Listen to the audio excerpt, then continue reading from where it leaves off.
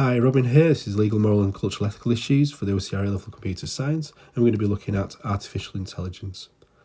Now, artificial intelligence is very new, and a lot of our laws that we look at are actually quite old. So we've got things like the Data Protection Act from 2018 and certainly from 1998. We've got the Computer Misuse Act from 1990, copyright laws from 1988. And when we think about AI, a lot of AI that's used in the modern day is generative.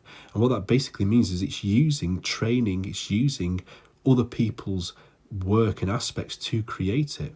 Now, this causes a dilemma that we've got an issue here where the law isn't necessarily up to date enough to cope with the new technology, but again is then still appropriate in some other ways to kind of create an argument to create a fairness of whenever this is appropriate and when it's not. So, for example, here we're under the GDPR Article 22, individuals have the right not to be subject to solely automated decisions. In other words, you can't be fired just because of AI. That's obviously quite a significant factor. So I do think that this is one of these things where laws are going to change over time to try and keep up to date with AI and the advancements of AI, because we don't really know what potential AI has down the line and what this could mean for sort of legal aspects. But in many ways, what's currently happening is that courts are trying to use the old laws to kind of keep up with the current situation.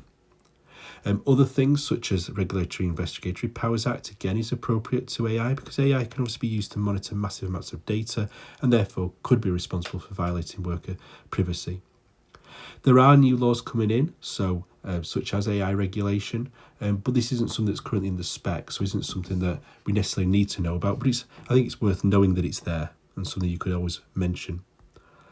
Some ethical considerations of AI. Obviously, AI has been made and generated by a small number of people in many ways who it would be understandable if unintentionally they had created bias in that.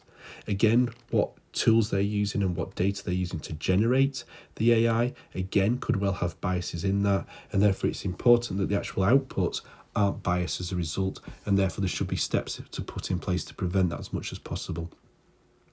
There should be transparency about how AI is being used and about where it's kind of impacting, and particularly on decisions that are being taken. And again, AI has the potential for job sort of losses, and there's a whole kind of aspect around whether that's appropriate, whether that's even desirable, because again, that kind of leads to, say, things like mass unemployment, and therefore wouldn't be a win in the end anyway, would it? It would damage things like the economy in turn. Other things to do with AI could impact on surveillance. And again, AI makes mistakes. Anybody who's used any AI will know that it often makes errors, and therefore kind of is that error having some bigger impact that's being taken from that decision perhaps that's being used or the data that's being used, and therefore kind of what aspect that has. There are some moral sort of considerations here about the whole argument between whether a human is better than AI and vice versa. And again, really, there's a feeling, I would say, at the moment that human judgment is the ultimate and should overrule AI wherever possible, really. And again, there can be an over-reliance on AI if you're not careful, and therefore people stop thinking about it and just rely on whatever's created by the AI. And again, the more that people are using computers and benefiting from them, that equally means that they are using them more and more, and that can cause stresses, can cause sort of issues for mental health and well-being as in turn from that. There are cultural aspects as well to this. Again, different countries have different attitudes to this. So, for example, in China, Japan, or certainly in China, there's sort of a lot of AI surveillance in places like Japan and South Korea. AI is seen as very much an enhancement rather than kind of a problem, and therefore kind of the whole openness to that AI. Whereas in many ways, there's more of a sort of a reluctance, perhaps you could use that word, or a kind of a desire for strict sort of laws and regulations in places like the UK and the EU in their appropriate sort of approach to AI. Again, the impact that AI may have on diversity of jobs, particularly there's lots of language-based.